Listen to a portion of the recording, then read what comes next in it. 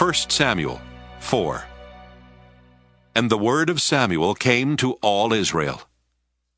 In those days the Philistines mustered for war against Israel, and Israel went out to battle against them. They encamped at Ebenezer, and the Philistines encamped at Aphek. The Philistines drew up in line against Israel, and when the battle was joined, Israel was defeated by the Philistines, who killed about 4,000 men on the field of battle. When the troops came to the camp, the elders of Israel said, "Why has the Lord put us to rout today before the Philistines? Let us bring the ark of the covenant of the Lord here from Shiloh, so that he may come among us and save us from the power of our enemies." So the people sent to Shiloh and brought from there the ark of the covenant of the Lord of hosts, who is enthroned on the cherubim. The two sons of Eli, Hophni and Phinehas, were there with the ark of the covenant of God. When the ark of the covenant of the Lord came into the camp, all Israel gave a mighty shout, so that the earth resounded.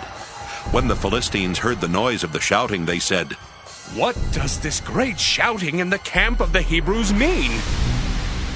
When they learned that the ark of the Lord had come to the camp, the Philistines were afraid, for they said, "Gods have come into the camp!"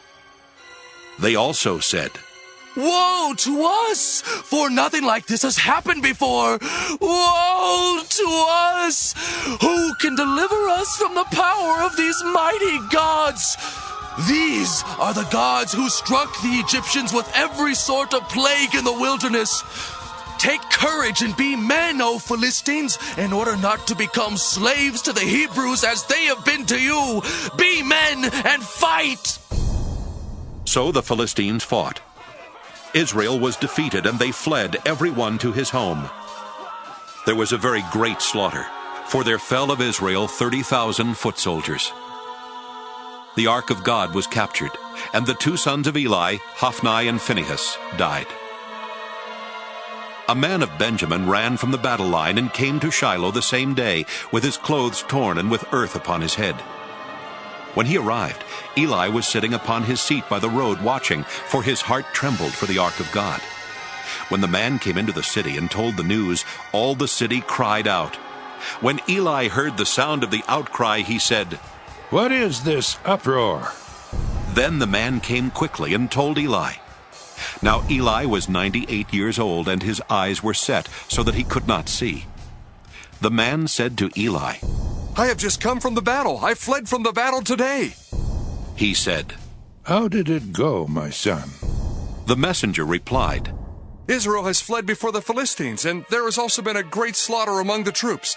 Your two sons also, Hophni and Phinehas, are dead, and the ark of God has been captured." When he mentioned the ark of God, Eli fell over backward from his seat by the side of the gate, and his neck was broken, and he died, for he was an old man and heavy. He had judged Israel 40 years.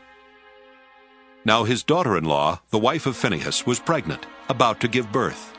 When she heard the news that the ark of God was captured and that her father-in-law and her husband were dead, she bowed and gave birth, for her labor pains overwhelmed her. As she was about to die, the women attending her said to her, "Do not be afraid, for you have borne a son." But she did not answer or give heed. She named the child Ichabod, meaning the glory has departed from Israel, because the ark of God had been captured, and because of her father-in-law and her husband.